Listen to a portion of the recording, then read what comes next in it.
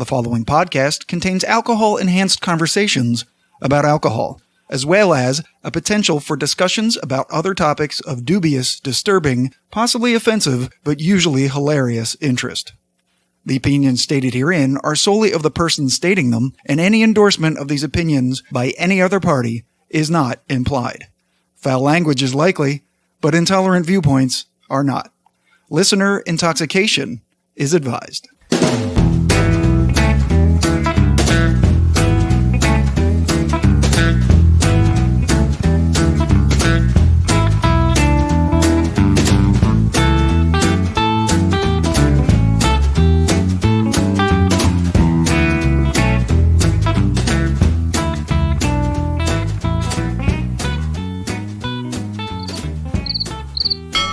Excuse me, last call? No, last call. No, please, somebody, listen, no. Last call. Last call. Arg, you bastards, I said last call. Sigh. Who the hell am I talking to? Cricket? Is that what I'm reduced to now? Where the hell is everybody? Stupid apocalypse.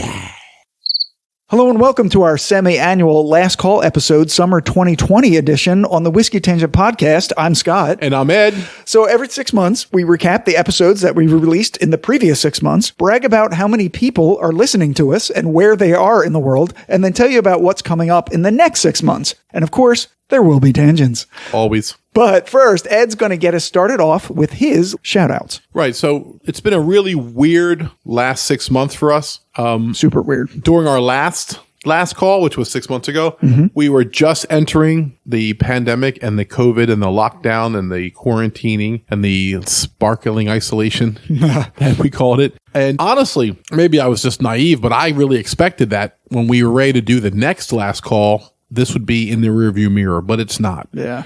It's still lingering. It's still a problem. And we're not going to get into why it's still a problem or what's going on or what isn't going on. But politics. It's just a matter of it just still sucks. And we all know it. So this is a place where we come to escape what sucks. So we're going to talk about what's good. Right. So a couple of the shout outs I want to talk about during this tough time that we've been going through. We've still not been able to go to our local lounge since our last call 6 months ago. Yeah. Except for one single night. They had an outdoor party for all the locker members and we went there. Yeah, and it was just a few weeks ago and it was so great to see everybody. It really was. And to visit our liquor that's in the locker. It's been in there for 6 months. Ed calls it our safety deposit of liquor. Safety deposit box of love. Yes. We had just ordered so much. We have like I know. unopened bottle of Willet, unopened bottle of Henry McKenna 10-year, unopened bottles of Powers. Mm-hmm. We have a liter of Bullet rye. We have some leftover Angel's Emmy rye. We have another rye, I think. Few rye. We have so many ryes. So it was like we had just ordered a whole batch of stuff in and then boom, it got shut down. We're like, oh, damn it. So it just sits there like this beacon of hope for the future. Hey, drink me, guys. Come back. Yeah. Hello, darkness, my old friend. Come back and drink me once again. So we take our hats off. They have done an amazing job. And I have to say, I'm pretty proud of the patrons of the local. From what I hear from the owners, Derek and Callum, they've really had a good support from their main patrons. And that makes me happy to hear. Now they're able to have outside seating and they're back to doing some semblance of normality, I would hope. Yeah, I remember Anders texted us after we attended that. And he's like, it was so great to see you guys at the lounge. And it was hopefully a harbinger of future normalcy. Right. And we saw Marty and Rachel, two of our really good friends. They actually sat with us. It was their 30th wedding anniversary. Yeah, congratulations again. Yeah. Just wonderful people. And Marty just bought us a bottle of the Blood Oath Sixth. Yeah. Well, he picked it up for us. I don't think he bought it for us. No, right. He bought it for us. To buy from him. I hope. Yeah. I'm not going to let him buy me a bottle of Blood Oath. No. But either way, he picked it up for us. Coming to a whiskey short near you. And we're going to drink it together with him too. Yes. He's invited us to hang out at his place. We will probably in like 24 feet all across the lawn, socially distancing, like with megaphones and like PA systems. Hey, this tastes pretty good. What do you think? It tastes like real, like oranges. I'm definitely getting a citrus. So once again, seeing Marty and Rachel made it feel very normal. Anders, of course, we can't thank him enough. During the COVID, we had a very short list of people that we would interact with, and we decided that Anders had to be on it. So yeah, Anders has been on several episodes with us that you've enjoyed, and we'll talk about them. such an integral part of our success on here, and the friendship that we've developed over the last 18 months with him has just been spectacular. I really am so happy to have him as a friend of the podcast to make things so much easier. Absolutely. And everyone else who comes on the episodes with us that are becoming part of the podcast family. Of course, Gabe, the Whiskey Sherpa, my nemesis. The yellow stain to my mattress. I'm gonna get you, mattress. Yes, that's bedbug. Don't Oh, shit, You're that's mixing the bedbug. voices up. Damn it. What's Yellowstone? Oh, hey, Ed. Just nothing. I leaked all over you. Sorry. Exactly. So, of course, Siobhan, who is always a tremendous voice of reason on the podcast when we have her. And is starting to help us out with a little bit of social media. And she's a photographer. So she's been taking some candid... Well, she doesn't know this, but I'll announce it pictures of her? right now. She's our director of social media and our director of marketing. She's our director of HR. And she's paid only in whiskey. Right. Because we can't afford anything else. Right. So she's paid with admiration and affection. She's a great person. That too. Yes. Right. Yeah, we're going to try to do better with our social media presence, especially on Instagram. So if you can follow us at Whiskey Tangent Podcast on Instagram. Right now, there's nothing really there. Right. Don't go there today. But right. Well, I don't know. Wait, we're recording maybe 3 weeks from now. Some things might be up. Yeah. So go there now. Forget what I said. Sure. Anyway, continue. So we thank Siobhan for all her help when it comes to that. And she just actually walked in. She literally just walked in. She's in the background right now. Siobhan, give it a hey, hell yeah. Give a shout. Hello. Hello, Siobhan. Hello. Of course, we've also had some episodes involving the ever popular Jeff and Sue. Yes. And we're looking to maybe have Sue come and hang with some of our other regulars because there's never a dull moment when she's around. It's always so much fun. As far as my last major shout out, I have to say a big surprise for Scott and I was the Whiskey Advocate coming out and saying that we're one of the podcasts to listen to for 2020. Boom. Yeah. I was flabbergasted. That's amazing. And I was so proud. And I thank Whiskey Advocate for doing that. Yes. Because I will say that once Whiskey Advocate noticed us, we started to get a lot more outreach from distilleries. Yeah. We didn't know what was going on at first because this started happening in April. I didn't see the list until May. So I'm like, wow, we're like all of a sudden like... Yeah, we didn't put 2 and 2 together because we didn't know the first 2. Because remember, by the time that list came out, we hadn't even really been out a year. No, it was just under a year. Right. So, I mean, I don't know for sure if it's directly because of them, but I'm assuming that it's helped. We talked to Sexton Irish Whiskey. Did a short. And then we have been able to do an episode with William Grant and Sons, sent us their fistful of bourbon. They make a lot of well-established scotches that like Glenfiddich and Balvenie and Kennedy and all that. Right. They're just starting to kind of enter the bourbon world, and they went with a blend first because they don't have any of their own stock, They took 5 different bourbons, and that's why it's fistful of bourbon. Yeah. And then there was a third one that you will have heard by the time this comes out, but it's not out now. So we're exciting. in the whiskey wormhole again. But Legent from Beam Centauri. Right. To be approached by a distillery that Scott and I really are fond of and grew up with. Yeah, Knob Creek in particular, which we should mention that we're drinking the rye, cask strength. Barreled in 2010. And who bought it for me for my birthday? Siobhan did. Siobhan did. Thanks, Siobhan. Thank you. You're so welcome. Thanks. So the Knob Creek cask strength straight rye whiskey, 127 proof. And I have to tell you, it's unbelievably smooth. It's terrific. It's stunningly smooth. I have it on a cube, of course, because there's no reason to drink that straight. Isn't there? I think it's proof. Well, he's drinking it straight. His palate is very muted. He needs to put some hot sauce in it and then do a shot of it. But I'm drinking it, and the cube is melted. I only had a small cube, and so now I'm thinking it's about 105 proof right now, and it's delicious. Vanilla and caramel. It's such a good whiskey. It's so good. It's fucking good. And we have 2 more, which we won't mention. Right. Coming up in episodes. So 31 and 32 will be collaborations with whiskey companies. Right. And once again, with the Legion episode, which came out pretty close right before this, right? Directly before this. Right. Yeah. The one that just came out with Legion, you heard their brand ambassador, Adam, which we couldn't thank. And what a nice guy. Yeah. So knowledgeable. What a great story about even how you become a brand ambassador. If you're curious about that, listen to the story. Why am I not a brand ambassador? Damn it. Or as Scott would say, a drambassador. So Yes. I am the drambassador. You are the chancellor. that's right. Though it's not Chancellor's here. though it's not catching on. Slim Jims for everybody. It's simply not catching on. Oh, it's not catching on. But we'll keep trying. Stop making fetch a thing, Gretchen.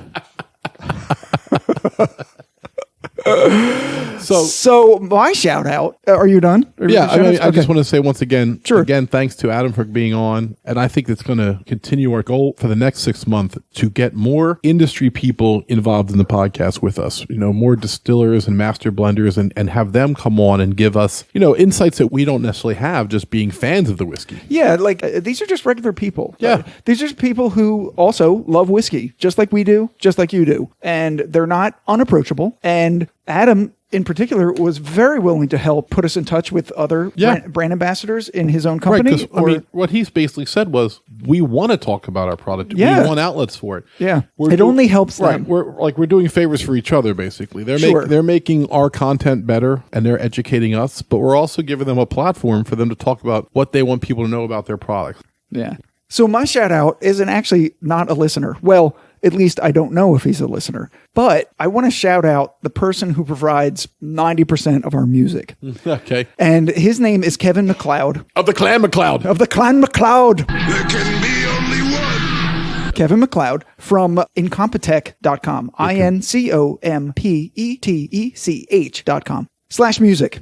And the intros to our episodes, the background music that we play in almost every episode and short, are his. And he allows people to use them under a Creative Commons attribution license, which is that we don't have to pay him anything, but we do have to attribute him to it and provide the link to the songs or to the website in whatever we're providing. Now, he's mostly for videos, but I'm using it for podcasts. Wait, he does it for our main theme song for the episode comes from him as well? It does, yeah. All right, now Whiskey on the Mississippi. Right, now our main one for the shorts is actually my son Michael's song Freedom. Correct. But anytime it's different than that, whether it's for the high-end cocktail or the whiskey wormhole, anything like that is his. Again, it's like 90%. And we list it in the description under music credits at the very bottom of each one. And I just want to thank him because otherwise it wouldn't be as interesting to have just us talking. Sometimes it's cool to have, especially the interludes between when we say we're going to take a break and then we pour whiskey. We just put a little like fun song in there and there it is. That tends to be relevant to what we're doing. So if it's a Scotch whiskey episode, then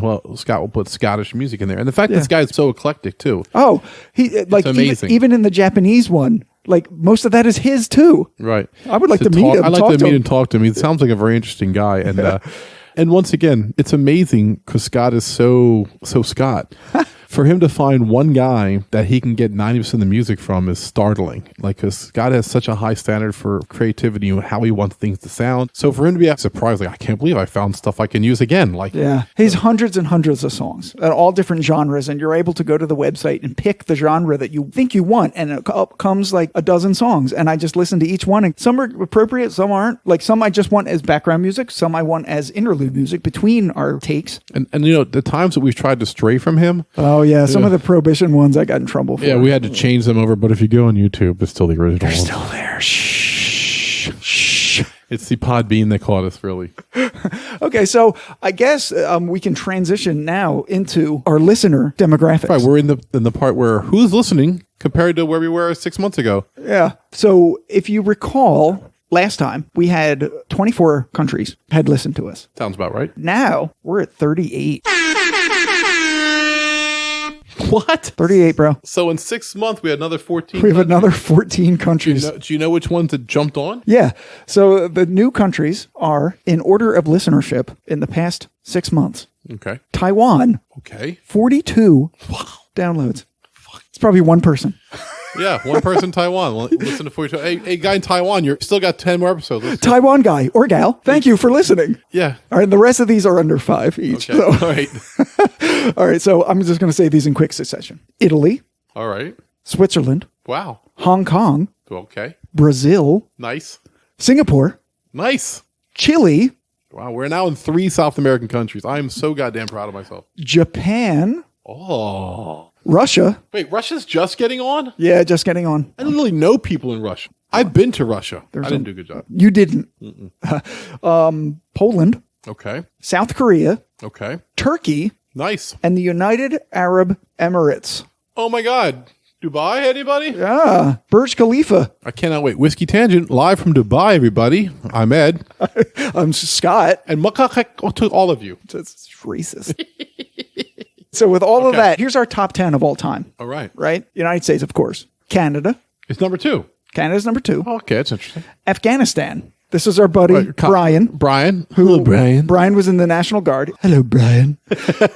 And he reaches out every once in a while. Yeah. It's very good to hear Wait, from he's him. in the National Guard, not active? Right. He's doing actually COVID-related things like coordination and COVID analysis. So I said that we didn't get a lot of feedback from our listenership. The only feedback that we really get is that people are continuing to listen to us.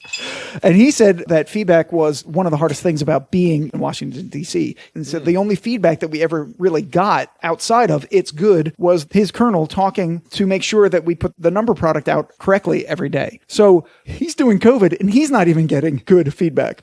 So we would encourage you, listeners, if you want to, you don't have to, if you would just send us an email to whiskeytangent@gmail.com, then we could converse and you could be mentioned on our next Last Call episode. Right. So we'll answer you back. You know, you want us to talk about something you want to talk about, or you want to ask us a question, or you want us to feature a certain whiskey that you think is pretty cool. Yeah. Reach out to us. And we will not use your email in any Yeah. derogatory way. Oh, God, no. We would never do that. And we don't use any last names on the podcast. No, that's true. He's just Brian and Mrs. Brian, Right. Exactly. who was the one who got him into it because she heard us first. So we're so glad that he got home to be with his family and everything. And, and he's safe. And listen, he's one of our original early fans. And Yeah. so one day he lives in the area. We'll have him on the podcast. Oh, that would be great. We definitely want to we'll drink some whiskey with him right here. That's my goal. So that's why Afghanistan is number 3 because he was stationed over there for a while. Number 4 with a bullet, Taiwan. I don't know where. Tied for 4th with Taiwan, Spain. Okay. That's because your friend Bill, we talked about that. Yeah, that's right. He went on a trip to Spain and took our cards and just dropped them around bars as he went. He was also in Italy, and that was one of the new countries that we had in the past 6 months. I mean, Bill is he's our brand ambassador. Yeah. Number 5, South Africa. It's amazing. Number 6, Germany. Number 7, India. Number 8, Mexico. Number 9, Ireland. And number 10, the United Kingdom. Good. Yeah. All right, so now we did the countries. Let's do the states. Yeah. Last time, we only had 39 states. Right. Now, when you say only, because we only have 50, so that's only 11 missing. But we are now up to 47. 47 states. So who are the 3 people that refuse to come to the dance? The 3 states that have not listened to us, Wyoming, Okay. Nebraska, Okay. and Vermont. Now, Vermont's strange to me It's very strange. because, Whistle Pig. yeah, we just did a whole Whistle Pig episode about Vermont. So that, Somebody's not listening to us. yeah, Scott needs to at whistlepig.com our episode. So at least the people that make the fucking whiskey listen to us because they should. True, I thought the 12 years overrated, but I like the piggyback better. So you take what you want from that. Right. So we're going to do the top 10 states that listen to us. Number 1, New Jersey, Number 1, New Jersey. Yeah. The Garden State, home to us. Pennsylvania, Right across the river from us. Yeah. Go Eagles. Maryland. It's a beautiful state. It's It's oddly shaped. it's a weird shape. The crabs. I like Baltimore more than most people. Wait, are you saying that Maryland has crabs? That's mean. It's really mean. Number 4, California. Which is really surprising to me because we have no ties to California, but it is the highest population state, so it makes sense that people would find us organically. Sure. Number 5, New York. Of course, New York, can't go wrong. We have a lot of connections there, and we've done some interacting with people at Hill Rock and other places, so yeah, sure. Yeah. Number 6, moving up 6 spots from number 12 to number 6, Virginia. Lovely. I love Virginia. Honestly, I've been to Virginia a lot. If you said you got to move to the South tomorrow, I'm going to go to Virginia. Well, it's the most north-south. Right. Right. It is the most north-south. Right. So it's funny you say that. So 7 through 10 are all in the South. Florida, Yep. Georgia, Okay. Missouri, Interesting. Not in the South, though, but okay. right, Midwest. Central. more. And Texas. And so where's Kentucky at on there? Oh, Top 20, I hope? so new state. Finally listen to us. How many downloads they got? 2. 2. Fucking Kentucky, man. It's bourbon. The state is bourbon. And only go- 2 people have listened to us. I go to college there online, and I've actually shared that I have the podcast. I bet it's my friend Courtney from college. oh, that would be awesome. That I would be bet good. Courtney, I don't even know if Courtney's from Kentucky because a lot of us aren't, of course, because I'm from Jersey. Right. But if it's her, then that's great because I know that she said her and her fiance are listening to it. So if it is you, Courtney, Thank you. Thank you. So we're going to go through the episodes and shorts that we did them in order. We're going to skip over the infinity bottle. No one cares about that. Right. Well, we care Which I shouldn't say that. We care about that a lot. And so did 60 of you. When we first got into the lockdown, we were really disappointed that we weren't going to be able to have guests for a while. And we had planned on having a Scotch episode with Ed's good friend and coworker, Joe. Yeah, Joe. And his wife, Lisa. And he was going to bring a Glenmorangie Signet. Well, I said that. He doesn't know that yet. That was my goal. Because that's like a $500 bottle. No, it's like $200. Oh, 200. Okay. It's a nice bottle. Yeah, it's a nice bottle But of I would whiskey. get him to bring at least something that was comparable. And We were going to do a remote one. We were going to go to their place because Right. they have a nice bar and yeah. right. So we couldn't do that because of COVID lockdowns. But so we cobbled together the Scotch episode as best we could. Glenmorangie 10-year and Monkey Shoulder, a sparkling isolation. And once again, this is I really feel like Scott and I emulate a lot of you out there who are bourbon rye drinkers. And yet, you're kind of mocked by the Scotch community because you're like, oh, you don't like Scotch whiskey. And we're like, it tastes like a smoky grass-filled sock. But you're also curious. Right. Yeah. And if you're a real whiskey drinker, like Scott and I say that we are, you know that it's almost like, all right, so I play like AA baseball, but I want to get to the show, and Scotch is the show. Scotch is the curveball in your repertoire Right, if you're a okay. pitcher. Right. If you don't like Scotch, you can't get to the bigs. Right. So, like, the bottom line is, Yep. we know that we have to tangle with it. Smoky, peaty scotches are not my thing. I don't like smoky, peaty scotches. I've been over that. Ardbeg and me are not friends. I hate it. Hate it. But yet, I am starting to enjoy scotches of the single malt variety. There's something to it. It's like a step up from Irish whiskey. I'm looking for a step up, not jumping right, up to my neck in the world of, what is it, Islay Scotch? Yeah. Right. Isla. Right. You don't want to jump up to your No. neck in a smoky peat bog. Yeah, right. I don't need smoky peat shoved up my anus, all right? Oh. Lagavulin is considerably more mellow than Lefroy yeah. or Ardbeg. Yeah. And I still don't like it. Yeah, I drink it and all I taste is smoke. I don't like it. I quite liked it. And the reason why I like it is because it's so different from everything else that I drink. Scott seems like a kid who just found masturbation and now he always wants to go to bed early every night. I'm like, we had a couple good experiences during the Whiskey Madness. Is 15 times in a day too much? And if I don't want to drink a lot, Right. I'll just have a little Glencairn Right. of the Lagavulin because I know I'm just not going to inhale it like I will like a Knob Creek. No, right. And we're still baby stepping towards Scotch. We'll have another Scotch episode coming. But once again, we want people to understand that we're doing this for the people like us. If you're a Scotch guy, listen to us with amusement because it's like watching a child discover for the first time that jelly tastes sweet or something. It's Right. like, Or don't touch the hot burner. Right. Burn your hand. You're gonna burn your hand if you touch the. Yeah. Yes. Will I ever belly up and ask for like a Lefroy or even a Lagavulin willingly? I don't know. To me, the Monkey Shoulder was a big step for me.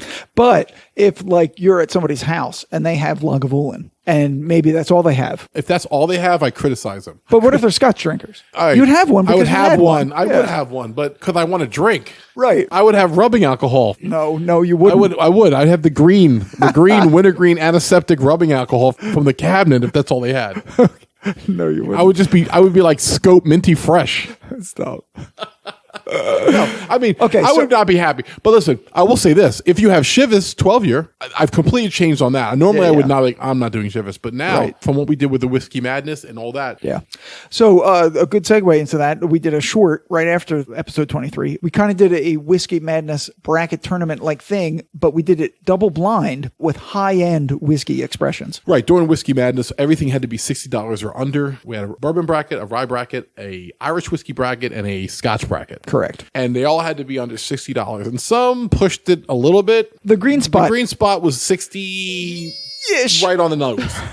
But we had these laying around. Like we do. Right. We had Little Book 3 and 2, which are both over $100. We had Midwinter's Night Dram from High West, which is spectacular, over $100. So good. And a $94 Hill Rock Double Rye finished in Sauterne casks. And as I said on the episode, it was like a little whiskeycation for our mouth. I mean, we were so excited to do that. It was me, Gabe, and Scott. And of course, Yeah. Gabe fucked it up like always. But it was... Jeez. Yeah, Gabe was not a fan of the higher proof stuff. He just isn't. Like, his palate is not attuned to that. I'm teasing him. It's actually a very good whiskey guy and a good whiskey palate. And he was very drunk that night. We did not only that, but we did the Infinity bottle and this one at the same time. And so he was a little belligerent, I would say. He was. Can we say that the first whiskey was nice, a good whiskey? And can we say that this whiskey beat the living shit out of it, smacked its mother, ate its lunch, and then got in Whiskey One's car and drove away with Whiskey One's girl? Yeah. Well, to contradict you, I'm not going to say it's bad, but for some reason the heat is it's overwhelming. It's taking away from the overall taste of it. Sure. But once again, we're drinking it in its rawest form, and I hear you. He had water. We added water in it. Yeah. But maybe not enough water. You think I can't handle my drinks? Is that what you're saying? No, sir. No, I would never say that to you. Well, that's good, because I can. Little bitch.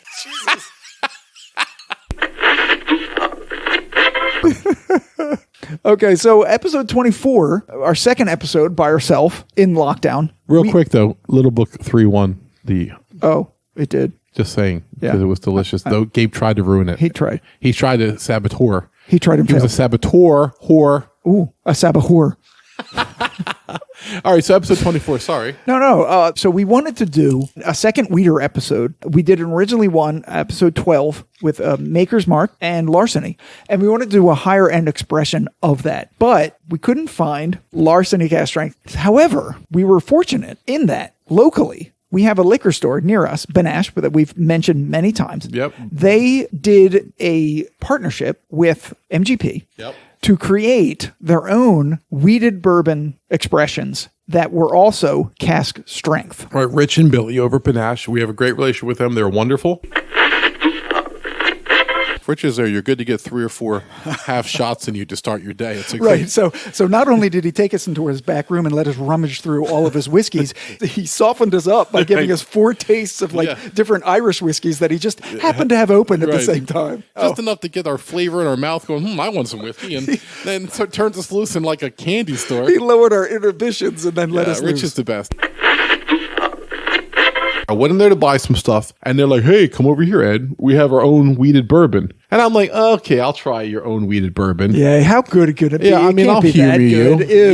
You made it. You basically picked it out yourself. Fine. And I took a sip of it, and it was cast strength and just delicious. Corn and vanilla and wheat and sweetness and spectacular. And I was like, this is one of the best things I ever drank. And not only did they do one of them. They did a second one. Yeah. And supposedly, by the way, a third one is due out this fall. Ooh.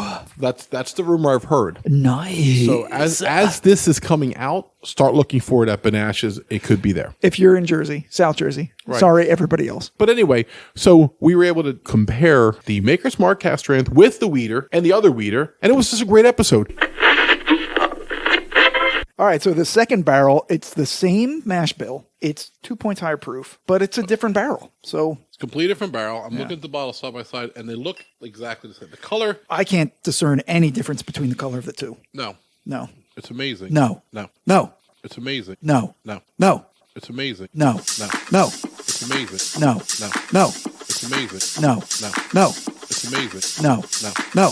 It's amazing. No. No. No. It's amazing. No. No. No. I can't, Ed. I can't. Don't make me.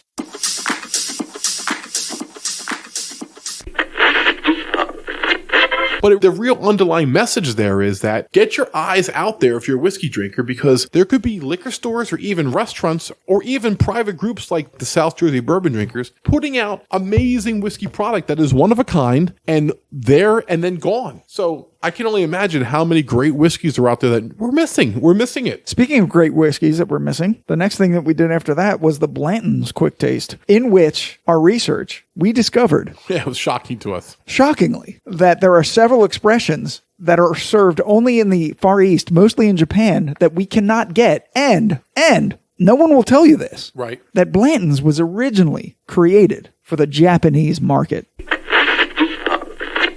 We have 10 or 11 different expressions that you cannot get in the United States. That is, I mean, first of all, let's be honest. We can barely get the regular fucking expression in the United States anymore. It's so hard to fucking find. And no, Buffalo Trace, fuck you again. I take that back. Just Don't mad. leave. Don't leave mad. I was Don't just leave. mad. Don't never send us free stuff. Don't never said, okay, good.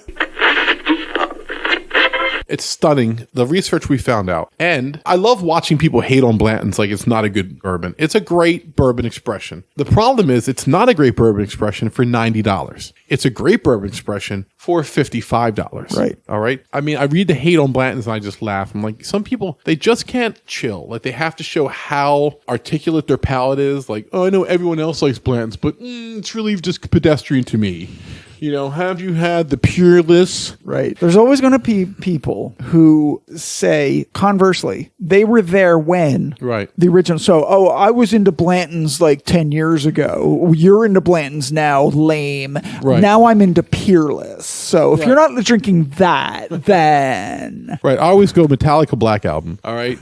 Everyone loved Metallica for Kill 'Em All and Master of Puppets. And then when the whole world found out that Metallica was amazing, the hardcore Metallica fans were like, oh man, they sold out, bro. So I'm over with Megadeth. Yeah. Ever since Clive died, man. Ever since Clive. Yeah. Fuck Metallica, man. They're fucking posers now, man. Posers. They actually got a good producer for once. So, oh my God. fuck They them. sound so overproduced. Yeah. You mean they sound clear? Yeah, you can hear them now, man. All right. So. All right, cool. But it's the same thing. It's like, oh, Blanton's is so overrated, man. By the way, Death Magnetic, best Metallica album ever. Most underrated. I'm not going to say it's best, but definitely most underrated. I'm going to say best. I'm throwing it down right now. Don't argue with me in public. Death Magnetic, best Stop Metallica it. Stop it. album Stop it. ever. Episode 25, High Proof Prohibition Era Cocktails, Great Rants about Great Ants. Now, this is the first cocktail episode that we had ever done without anybody in it. Our third episode in a row without any collaboration. Right, because we were on COVID. And also it was kind of fun. Like, we used this as an excuse to not rely on Anders. Yeah. Who has been a tremendous crutch for us because he's so, like, we're almost like, why would we make our own cocktails when we have someone who's so talented? He is such a master mixologist that when he's around, we're like, all right, just tell us what to make us stuff, or tell us what you want to make. Yeah, we did the first two ourselves. Then he did 15 and 20. So 25, because of COVID, we decided we would do our own. So we go into the cocktails, 3 of them, recipes that are for the regular strength products. So like on what Maker's Mark, Knob Creek, and Old Ezra. Right. What we decided to do is take that recipe and then punch it up to a high proof. Yeah. Because Scott and I both like high proof expressions. And we find that sometimes when you put like an 85 or a 90 proof whiskey into a drink with simple syrup and vermouth, it kind of goes away for us because we're so used to, like, I'm drinking right now Sagamore Spirit Rye at 110 proof. Yes. As am I. Right. And so we're drinking this straight. So when you take like 85 proof whiskey, throw it into fucking vermouth, we're like, where is the whiskey? So one way we've battled that is we tend to take the vermouth part down, the simple syrup part down, and the whiskey part up. Sure. So we said, well, wait a minute. What if we just replaced the regular spirit with the higher proof or cask strength version? So we went to Maker's Mark. We took their version of a whiskey sour. Yeah. And we inserted the cask strength 109.6. Yes.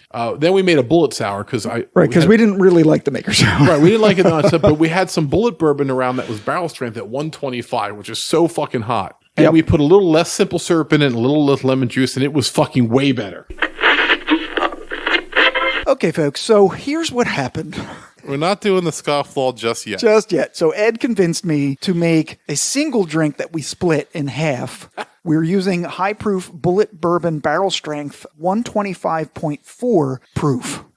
Right. And I made it the same way, just switching out the Maker's Mark for the bullet. And what we also did was we doubled the lemon juice and we cut the simple syrup in half. Like, so what I said is that we did the same thing. We did nothing of the same thing. We did nothing the same. We used a different whiskey. We used different proportions of lemon juice. We excluded egg whites from both of them. We did. And also, there's no lemon rind or ice or cherry. Nah, we're just going straight for the drink at this point. It's very pulpy, I'll tell you that much. Oh, it's very pulpy. But now we're really buzzed up. So then we went around 2. We made one of the best drinks I ever had with. This is the best drink I think we made without Anders. Yes. Scofflaw. Yeah. We used Knob Creek cask strength rye. Yeah. 127, dry vermouth, grenadine, lemon juice, orange bitters, lemon peel, and we made this just delicious. And guess what? I have all those ingredients right now. Very nice. We could make that shit right fucking now. Pause. Titanic fare you well.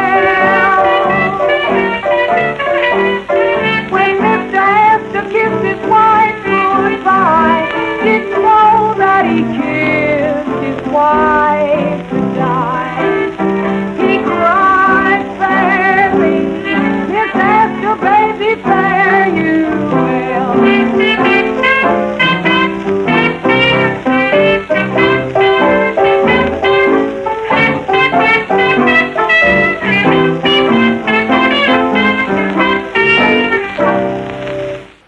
Okay, so we're back. Scott has made us a scofflaw, which we couldn't resist because we realized that we had the Knob Creek cast strength rye, the dry vermouth, the grenadine, lemon juice, orange bitters, and a nice lemon peel garnish. We had it all. And so this episode was amazing. Again, a lot of Prohibition music went into this. This was not Kevin MacLeod's music, of course. This was actual Prohibition music, public domain from the era, that I made sure this time was not under copyright. One of them was called Titanic Blues by Virginia Liston from 1924. I'm like, that's pretty fucking cool. Like, Virginia Liston was sitting around going like, hey, man, you know what sucked? The Titanic. Yeah, it's all about a guy who loses his wife on the Titanic. So we made 4 drinks that day. Yes. Round 1, 1B, which was a bullet sour. Then we went to the Scofflaw, which we're drinking now. And then the Bourbon 76, which we found kind of underwhelming. Yeah. Which was Old Ezra 7, champagne, honey, and lemon juice. It sounds like it should have been better than it was. It just wasn't that good. So my first sip is basically champagne. Right, because you pour the champagne on top of the other stuff, but as it kind of bubbles up, I mean, you definitely taste the lemon. Yeah, it's like champagne and lemon right now. I have yet to get to the whiskey. I have yet to get to the honey either. Like, there's no sweetness in this at all. I don't like the way they made us do this. It's champagne and lemon. Oh, God. It's like drinking champagne and lemon.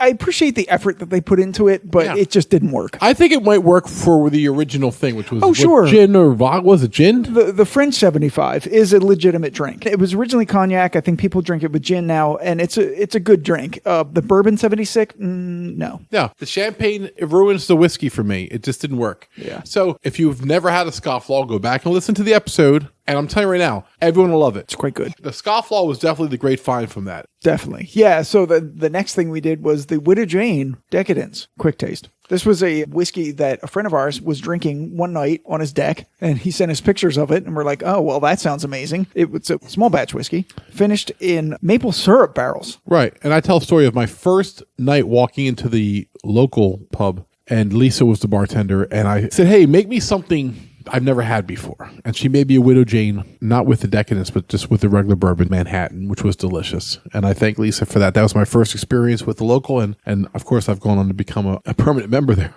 If they were open, I'd be there right now. We wouldn't even be recording. I'd be just sitting there right now, loving it. He loved it so much, he made me a permanent member as well. Right. And so when we saw the Widow Jane Decadence come up, we said we got to try it. And we love Angel Envy Rye. It's one of our favorite whiskeys all time. Yeah. And so we saw the whole, hey, the maple syrup finished whiskey, we got to give it a try. And we weren't disappointed. No, I mean, we decided, though, that it's a dessert whiskey. It's something that you will have at the end of the night when you want just one more, but you don't really want what you've been having already. You want something to finish the night. I'm glad that we started with this today. I'll never start with it again. But I could totally see myself sitting around going like, I want one more drink tonight. Mm-hmm. Ooh, let's have a little Widow Jane on the globe and call it a night. Agreed. And contrary to my drinking of bourbons usually, I like this with a lot of ice and water in it because it makes it a lot less sweet, but it's still enjoyable. Yeah. Hey, so if you have a couple dollars in your pocket and you're a deeper whiskey drinker, or you like sweeter whiskeys, or your girl likes sweeter whiskeys, sure, you know, and you want to treat her for her birthday or Christmas, or you're just rolling that large, this can be on the decanter every night. Right by the bed, you know what I'm saying? Brown chicken, brown cow. I can't see drinking 2 of these. It's very sweet, but it's a nice change and it's delicious. And it's a great bottle to give somebody when you don't know what to give them because they don't know they like this either. Yeah, people are going to be surprised when they taste it. This is a whiskey? Now you've just introduced them to the world of whiskey. So episode 26 took us into the world of Japan whiskey. Yeah, this was our first Japanese episode. We were super excited to do this. And this is sort of how sometimes we definitely plan an episode. We plan the themes, we do the research, and then we do the episode. This was one that sort of came about kind of by accident. We wanted to do a Japanese episode. Ed wanted to do some more higher expression ones of Japanese, and Anders was like, no, you got to walk before you run. I'll tell the story. I had a Hibiki Harmony, and I thought it was one of the most delicious whiskeys I've ever taken, and we'll definitely do that down the road. Mm-hmm. But it's like $75 a bottle. Yeah. It's not cheap. It's a higher expression. Right. And Anders was like tremendous in the fact that he's like, like you're already going to jump up to like a $75 bottle. You haven't even done entry level expressions. And so he brought us over the Suntory Toki and the Nika coffee malt whiskey. I want to thank Anders for not only being here, but also choosing the 2 whiskeys for us to highlight. And here's the best part, bringing the 2 whiskeys with him. Yes. I mean, if you want to talk about the best guests we've ever had in the podcast. I bought my way onto this podcast. He literally arrived, he brought his knowledge, he told us which whiskeys would be the best for us to compare. And then, oh, wait, I'll bring the 2 bottles with me. So Also, sorry, Gabe. I saw Gabe today, actually. He came over to get Siobhan's cat tower. Okay. Oh, Yeah. wow, that's so not cool. Well, his daughter wants a cat. Yeah, So because it's like that's the most cunty thing I could ever picture him doing right now. Like, Getting a cat tower? I don't know, it's just something weird about like, hey man, yeah, like I just roped a steer, drank some whiskey, and then I went and got a cat tower for my daughter. Like, what the fuck? No, Don't throw he was cat getting tower. a cat tower. He's a cat respectable man, and you better respect that. I don't- He has a daughter who wants a fucking cat head, okay? Listen, if he wants to listen. Anyway, so you saw Gabe today. That must have been nice. Yeah. yes, it really was. How's he doing? He's doing fine. Getting a cat, I hear. He is getting a cat. The only pussy he's had for a while. Oh, Damn. shit. And Scott went on the internet and he bought oh my God, how many were there? I have a whole bowl here. I got these off of Amazon. Less than $20 for like 36 snacks. Right. These are children's snacks. They're very colorfully labeled. Actually, you know what? Here's a group of 5 of these. So you guys choose one of these 5. All right. These are called Umaibo. Oh, okay. And they are puffed corn. And I have the flavors of all but one of them. All right, I'm going to take the blue one, I think. I'll take red. I can tell mine's not expired till August 1st. Besides that, I have no idea what this is. It's mostly in Japanese. Oh, this is so fun. Oh, my God. This takes me back to high school. What's mine? Because mine's got like a vinegary Andy Cap pub fry. Almost like a salt and vinegar potato chip flavor. Yeah, so Ed, the one that you have is tonkatsu sauce, which is a salty sour sauce that they use on tonkatsu, which is a pork cutlet. What you have, Anders, I couldn't find on the internet. What does it taste like? It's apple. It's definitely apple. Is it? It's got a little bit more of a sourness to it, but it's got the consistency of like a puffy Cheeto. Right. But more of the flavor profile of Apple Jacks, like the cereal. Really? Yeah. That's awesome. I have mentai, which is pollock roe. Oh, that's awesome. So it's basically caviar flavored. So I'm going to taste it. Mentai. It is fishy, but it's also sweet. That's actually not bad at all. It was so much better than I thought it was going to be. While we have these snacks, Ed is pouring some Toki. Just getting ready. Here, pour me some Toki. Oh, yeah. We promised Anders that he wouldn't have to pour, but now he's pouring. I've poured so many drinks. Well, he's in the middle, though. We gave That's him a true. place of honor. So. Yeah, To be fair, I haven't poured many drinks over the past 2 months, so that's also true, right? my pours are probably off. Yeah, he's actually missing the glasses. It's going all over the counter. He's so out of practice. It's like an airplane with he has a drinking problem. He's got a pouring problem.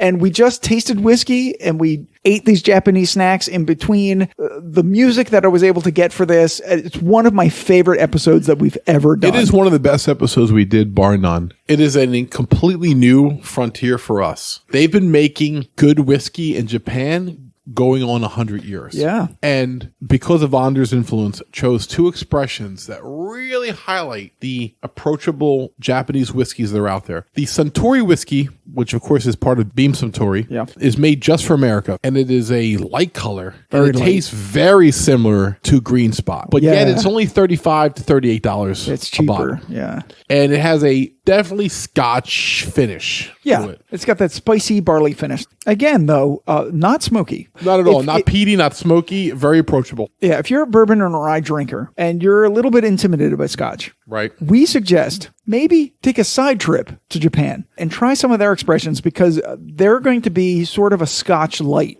They're going to be an introduction to Scotch to you because, as you may have learned on the episode, if you listened to it, and if you didn't, go back and listen to it, and you will learn, the Japanese whiskey makers went to Scotland to learn how they made whiskey. Right. And they went back and took the stuff that they had learned and applied it to Japanese whiskey made by Japanese people with Right. Japanese ingredients. Correct. So the next one we did after the Japanese one, we did a short about the top 10 ryes. A long time ago, we did top 10 bourbons. Right. of the unwashed masses. This was the ranker.com bourbons. Right. This is the ranker.com Rise. However, we also did the top 10 Rise of me, Ed, and Anders. Right. It was great to have him back, and he was excited to do this because he told us that our top 10 bourbon episode was one of his favorite episodes that he'd listened to multiple times. Yeah.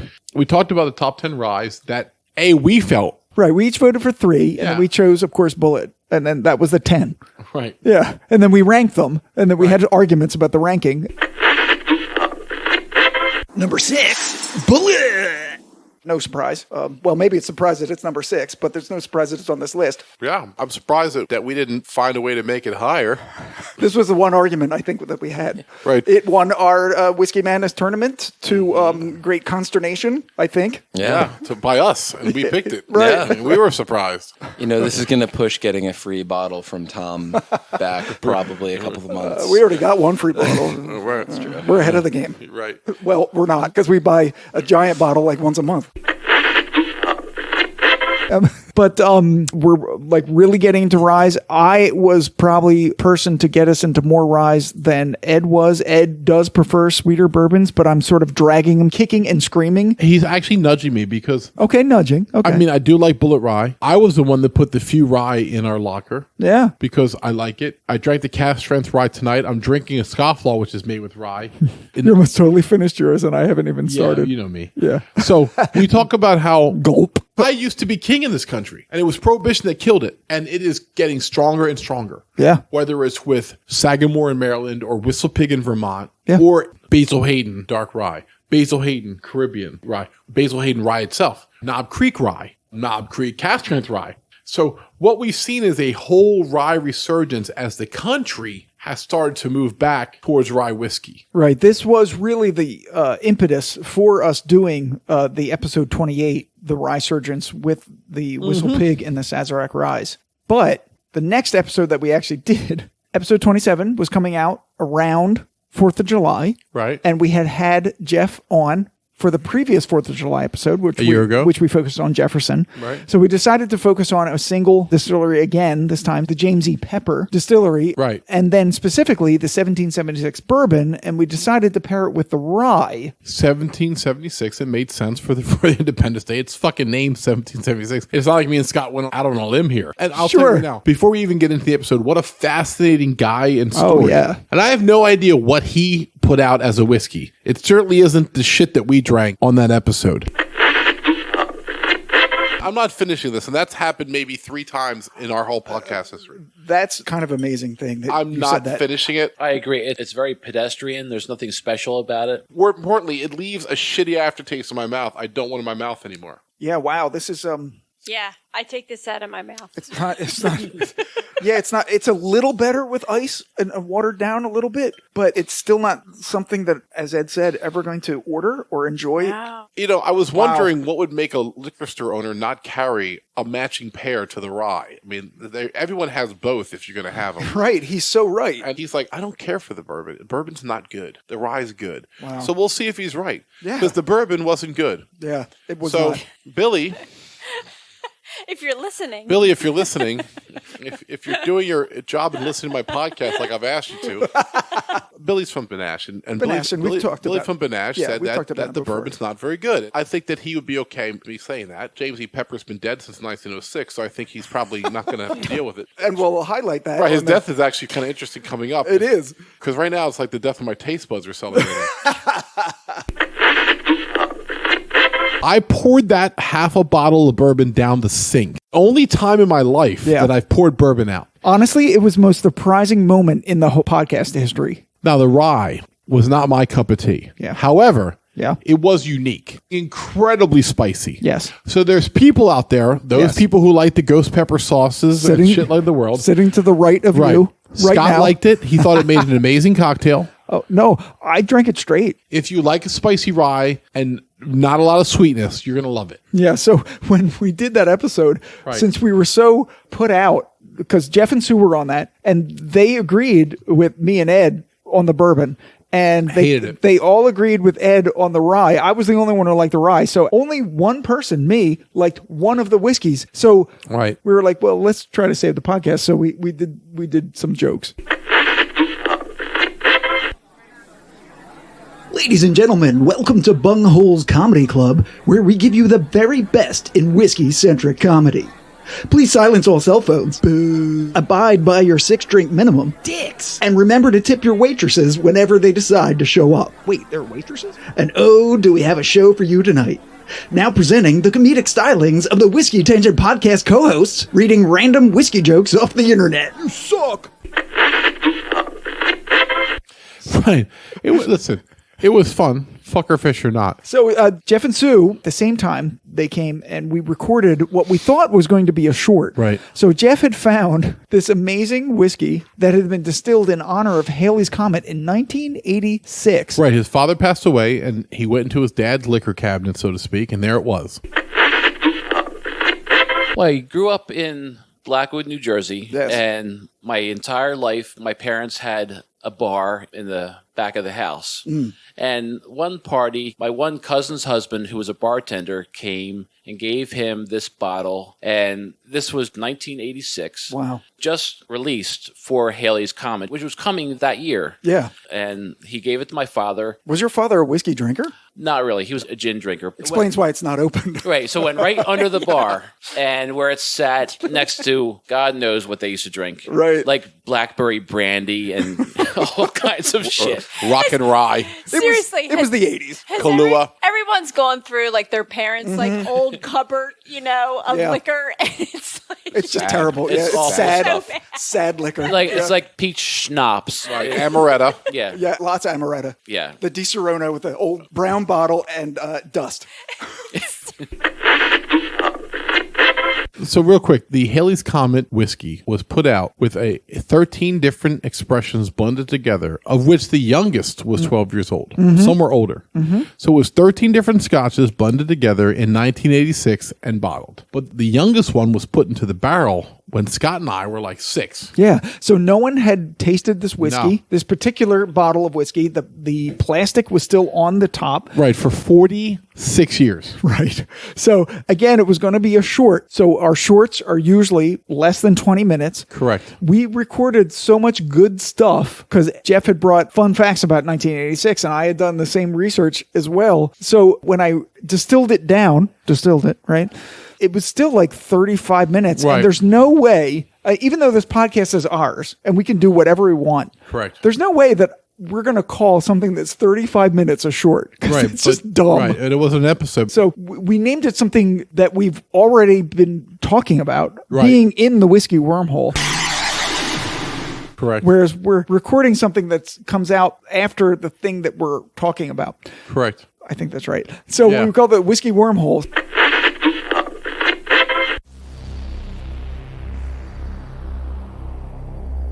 You're traveling through another dimension. A dimension not only of sight and sound, but of taste. A journey into a wondrous tavern whose shelves are filled with the bottles of expert research. So informative. Whose bartenders pour healthy drams of goofy-assed humor. So dumb. Bad singing. Crickets. And silly sound effects. Even more crickets. I'm sorry to inform you that you've fallen Into the whiskey wormhole.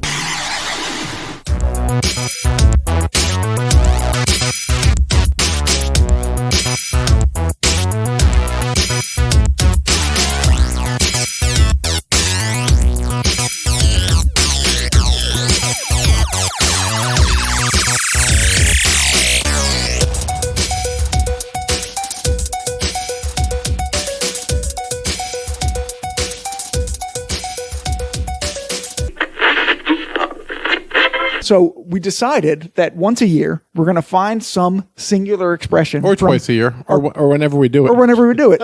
It might not be from once a year. I already have some in the hopper right now. Yeah. So we're going to take a whiskey wormhole. We're going to take a year and we're going to talk about a singular expression that was released in that year. And then we're going to talk about that year in particular. And then that's Right. what we did on this episode. Right. So the next one we did after that, we Siobhan and Gabe came over and we did two things. The first thing that we did was our first collaboration with Right. another company. And this was Sexton Irish Whiskey Quick Taste. Right. So it was like, I don't know, 2 months ago, somebody from the marketing company for Sexton Irish Whiskey sent us an email to the whiskeytangent@gmail.com email address. You know, it was sort of surprise. It's like, you want to send us a bottle of whiskey and we're going to review it? Yes, please. Oh my God, we've made it. Looks like we made it. Yeah, and it was a female distiller, master blender, if you will. Started her career in the timber industry, so she knows all this about wood. Her story is so freaking amazing to follow her. Like, she's hanging out in Spain on her travels after she gets her, master distiller degree, whatever you get. And she's like hanging out with like a priest and she's sipping on the communion wine and she's like, wow, I kind of dig this. And so she ends up getting this French oak shipped to her. Yeah. Ages it to where she wants it for like 18 months. Then she makes barrels. Then she puts her fucking whiskey in it and she ages it. Then she ages it in the sherry barrels, similar to the communion wine that she liked in Spain. And then she makes this amazing product, puts it in a sick bottle, which is a hexagon, with a crazy, such a great bottle, fucking steampunk fucking skull on the side with a top hat. And it's $27 or something. Like, if you don't go buy it and drink it, you're missing an opportunity to experience something that is unique to Sexton Irish Whiskey. Yeah, if the Japanese whiskeys was my favorite episode, this is my favorite short. Really? Yeah, because of the last 6 months or ever? Of the last 6 months. Yeah, because Halloween Short is my favorite of all time. Well, yeah, the Halloween Short. If you haven't heard the Halloween Short, go back and listen to the Halloween Short. It's a tragic nightmare that's just spectacular. So after we did the Sexton, as I said, Siobhan and Gabe were here. We did a full episode, 28, Whistle Pigs versus Sazerac Rye Surgeons.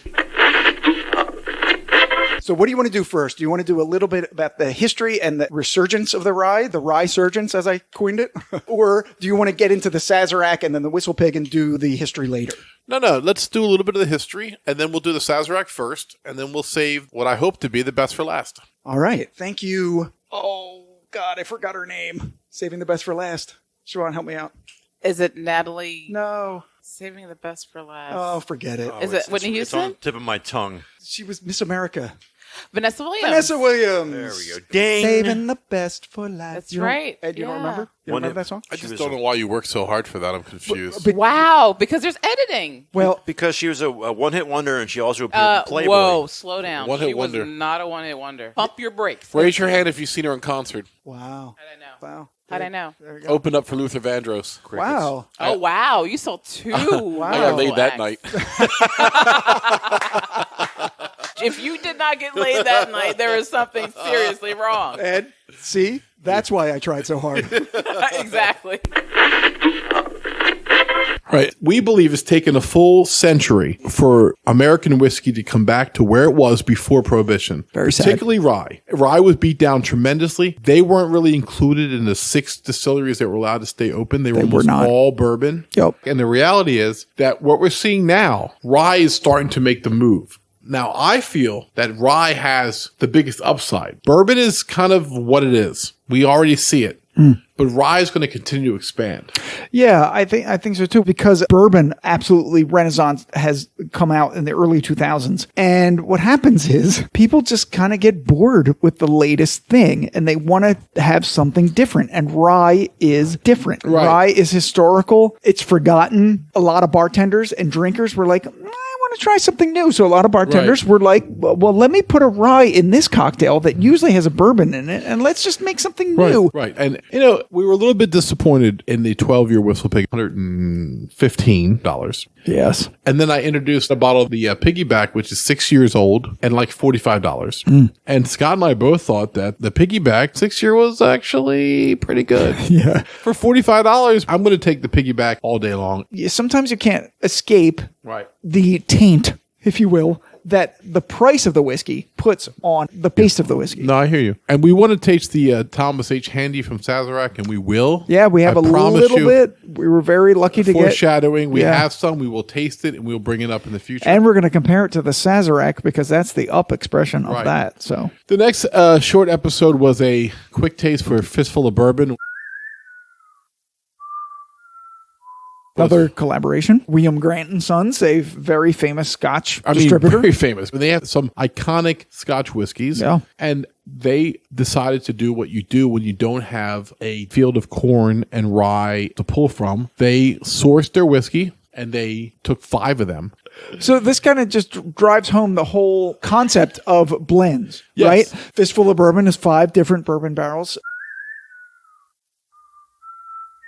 We've done several expressions on this podcast that we featured that have been blends. And I'll defend all of them. I really will. Yeah, but prior to, say, 2000. 2010. Okay. Yeah, 10 years ago. Prior to 2010, the word blend has a bad connotation. Right. It's like you don't have shit to fucking bring to the market. You're just mixing a bunch of shit together. Yeah, because a lot of people were not blending bourbons or ryes together. And now they are. Right. And people are finding out that it's actually delicious. Whistle Pig, Blood Oath, Jefferson's. I mean, you can keep going. There's other ones out there. And yet, like a single barrel Baker's is also very exciting. Like, what did they come up with? What did they pick? So you have a single barrel, you have a small batch, and now you have a blend. So it adds a third element in the last 10 years that didn't exist. Well, that's the perfect segue into episode 29, in which we paired the Baker small batch with the Baker single barrel. The 1992 Small Batch Bourbon Collection was released by what is a whiskey god to us, Booker No. Yep. And he came out with Basil Hayden, Knob Creek, Booker's, and Baker's. Yeah. And for numerous reasons, Basil Hayden, Knob Creek, and Booker's all went on to big, famous things. It's like the Supremes, right? There's like Mary Wells, there's like Right. Diana Ross, and then there's the other girl. Yeah. Then you look at Destiny's Child, right? There's Beyonce, there's Kelly Rowland, and then there's the other girl. And actually another girl and another girl. That's a whole other story. Sure. It doesn't fit our narrative. Right. But the reality is Baker's Is the other girl. That was funny. I just poured Baker's small batch into my glass, 107 proof. And this is a small batch. This is, the one that's being phased out. And I've drank Sagamore straight whiskey, 110 proof. I drank the Knob Creek cast strength rye, 127 proof. And I'm telling you right now that the sip I'm taking here on the Baker's is the best thing I drank in the last hour. Wow. That's how good Baker's is. And yet we slept on it. Yeah. And we say on the episode, it's like, why did we sleep on this? This is terrific. And then we tasted the single barrel. We're like, yeah, that's also good. I still think Woodford Reserve is the perfect basic bourbon profile. But a Baker's, which is about 10 or 12 points higher than a Woodford Reserve proof-wise, is where a mature bourbon drinker should be. I mean, Booker's is not made to be drank straight. Booker No would tell you, put a cube on it, drop a couple of drops of distilled water in it. But at 107, Baker's can be handled right where it is, which is what I'm doing right now, and it's delicious. What can we do? God damn it! So I can't work like this! Random Belligerents. Siobhan Sneezing Edition.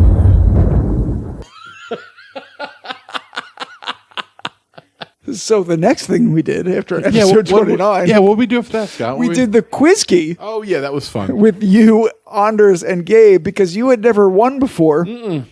And because Anders and Gabe had been there for episode 30, the cocktail episode, which we'll be talking about after this.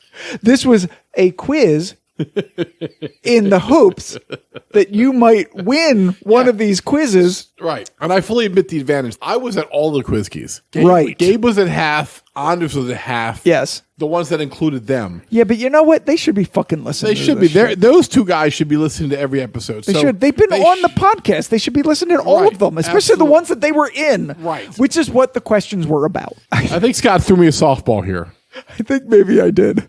But if you go back and listen to it, those questions were not easy. No. No. Just for the record, I still could have lost on the last question. could have. I want to point that out. In round 3, Ed had 600, Gabe had 300, Anders had 0. So the total of the first 3 rounds, Ed is winning with 1125. Gabe has 650. Damn it. And Anders has 50. Right, so Ed has to bet some points at least. So if I double it and get it right, and Ed doesn't. Yeah. I can't believe it. I dominated. I still can lose at the very end. I could have lost to Gabe on the last question, Those quizzes are so much fun. Yeah. I have a fun time. And once again, this is not something that if you're a cherry picker, you don't listen to the quiz keys. No, we're not The going to quiz send keys are this to only for somebody. people who listen to all the episodes. Yeah. Because it celebrates Gabe and Anders and their contributions to the podcast. And it's dumb and funny. Yeah. And if you're a fan of the podcast for what it is, you listen to it. Right. If you want to learn about what the hell Sazerac Rye and Whistle Pig 12-year is, no, you're not going to listen to it. And that's fine. Right. So that's why we named the episodes in particular. Right. We give them a capital E episode and we give it a number because we have actually crafted these episodes for whiskey lovers and they have a theme. Right. The shorts can be random. Like they could be quick tastes of a single expression. They could be quiz keys. They could be top 10 lists. They could be all these other things. Right. That's why we don't name them episodes because we know that people have different tastes. Correct. That's all I want to say. So, episode 30, cocktails. This is a great example of what Andres brings to the table. His skill level is, I think, really put on display for this episode. The cocktails that he makes are so much better than ones that I could make in my own kitchen, and most of us can. Yeah, definitely. And I think that it takes an episode like this for me to really appreciate his skill set. And of course, during the episode, I didn't honor him in that way. I instead suggested that he would have done really good if he was the bartender on the Love Boat, right? Instead of Isaac. Right, you compared him to Isaac, and then, you made probably the funniest malaprop that has ever been on the podcast. Right. And it's interesting that you mentioned Jerry Thomas because he was really like the first celebrity bartender, which in my opinion, celebrity bartenders are just white dudes who want to get laid. Unless you're Isaac from the Love Boat. He did get laid. That's right. Let's be real. He just wasn't white. It was the Love Boat. Anders would have got a lot of action on the Love Boat. Oh, I'm man. just saying. I wish I could travel back in time Seriously. and be on a Love Boat. He would have banged Chachi. Chachi? Chachi? Coochie coochie. Oh, Charo. Oh, what's Chachi? Chachi. That's Even Scott I'm like, Baio. Chachi? No, that's Scott Baio. I'm sorry. I think Joni would have had a problem He with loves that. Chachi. I don't think so. Damn there, it. Isaac. Get away from my man. This is too funny to cut. Shit. So the other thing that you wanted me to put in, but it ended up not making much sense at the time, the interludes where we do round 1, round 2, round 3, we had Anders do them all as Arnold Schwarzenegger. For some reason, he had been doing the Schwarzenegger voice off air. We recorded a couple of things that day with him, 3 things actually. And every now and then he was just going, and he does a pretty decent. No, he's very good at it. That's right. It's an over-the-top Schwarzenegger, but it's very funny. So I told him we had to put at least Andres doing round 3, which is my favorite of the 3 he did. Round 4, I mean 3. I'm right here. It was round 3.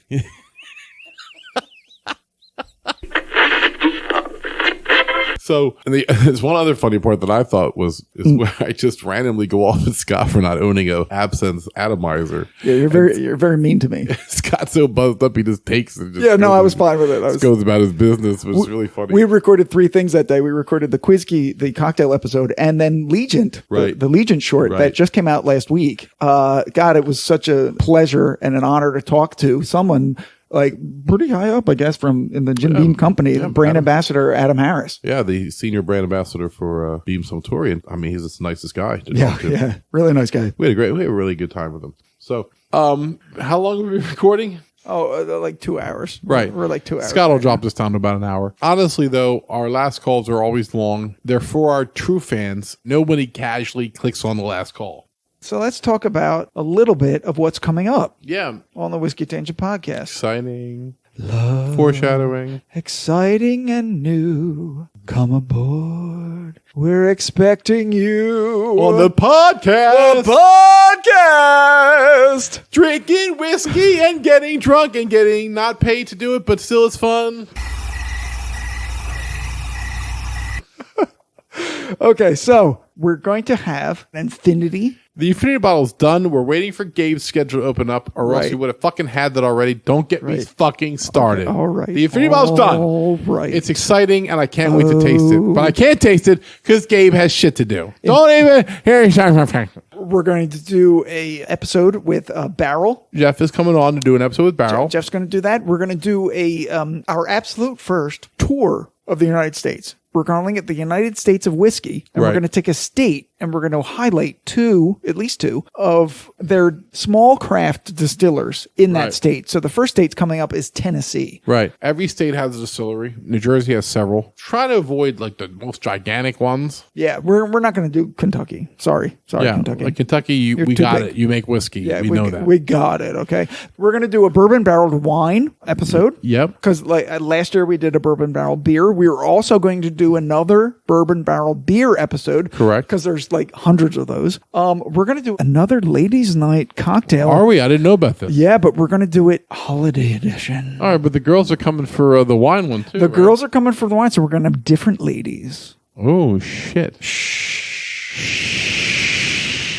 Siobhan and Sue. Yeah, Siobhan and Sue. We're pairing two of our favorites together that have never been paired together. Exactly, and because they've met each other. Yeah. And I think it's going to be Yeah, hilarious. they could scissor. We don't know. Oh my god. Siobhan's in the room. That's why Edit. it's funny. Don't edit. It's funny. Scissor. We're going to have our second whiskumentary, topic to be determined. Yeah. We're going to have 3 or 4 parts. We're not sure yet. We may have a single barrel expression comparison between 2 distillers that we have not done yet. Four Roses and Old Forester. They're two mainstays. We really have not addressed them on the podcast. We haven't. No. Right. So if Old Forester 1920 Prohibition style came out during the Prohibition whiskumentary, but they begged to be there. They actually named themselves that we had to include them. We had to include But them. when you look at the history of those 2 distilleries, we haven't nearly broached them properly. So that's what we hope to do. Yeah, and then that takes us right into excusing all the shorts, Right. which we will do, of course, with quick taste and etc. Right. Into the Whiskey Madness 2021. We have no idea what that's going to be like. No, not yet. But We don't. It's going to be fucking live and different. Yeah, and that's it. That's the next 6 months. So I have to tell you right now, after 18 months of doing this, I'm incredibly proud of what we've accomplished, and I thank all of you for your support. And I thank Scott for all his hard work. He keeps us in the lane, like he keeps us going downstream. He keeps us from bumping in the sides. He plans, he edits, and he interprets my craziness for what I want it to be. And so I thank him, and I thank you. To have the 6,000 downloads is amazing. Yeah, I mean, it's amazing. In the era of COVID and the fact that we stopped releasing episodes on the last Thursday of every month, so we basically reduced our output by 25%. The fact that we actually reached 6,000 episodes before we even reached the 18th month of our podcast is astounding. And we thank you so much for listening. I mean, literally, if we were just shouting into the darkness, I don't know how long we would do this. Right. So we thank absolutely every single one of you. All 38 countries. Yeah, the international countries we thank especially because you are a small percentage of the total, but you are appreciated nonetheless. And I thank Whiskey Advocate for their support and love. I want to thank our co-hosts, particularly Siobhan and Gabe, Jeff and Sue, and Anders, people that have made this podcast better. We've had a great time doing it. We're going to do it for another 6 months, and then hopefully another 10 years after that. We're going to keep going. Yeah, I'm really excited to do the next 6 months. But when you look at where we started 18 months ago with 0 followers and 0 love and 0 listens, to be sitting here with 6,000 downloads and 38 countries and 47 states, I'm blown away by the support that we've got from everybody in the world. We have a tremendous 6 months ahead. And so tune in, and thank you, Scott, for all you do. Well, thank you, Ed, because all this work that you have highlighted and said that I do is in service of a dream that the two of us have had since we started this podcast. And the energy that this podcast has is because of you. And if you were not around, and I am very much around. Spherically, is what you're saying. Right, spherically. Yeah. It could not happen. It really couldn't. And it is a perfect collaboration between the two of us. And it's one of the most, I think I said it before, creatively satisfying things I've ever done in my life. Hey, happy whiskey to everybody. Get it on. For the Whiskey Tangent Podcast, I'm Scott. And I'm Ed. We'll see you for the next 6 months. Let's go, bitches. It's go time.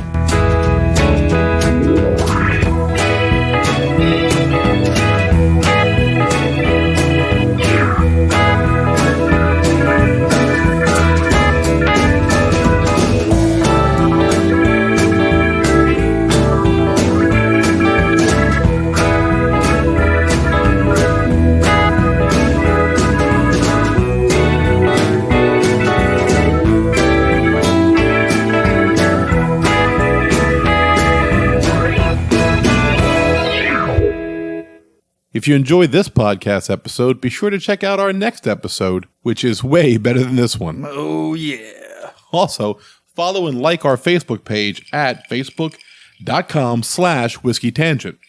And follow us on Twitter at Whiskey Tangent. You can follow me personally at That Whiskey Guy. And follow Scott at Giant Cup of Awesome, spelled AWSUM, just to be annoying. Hey! You can email us any questions, comments, or love at whiskeytangent@gmail.com. And of course, you can find us always at our podcast website, whiskeytangent.podbean.com.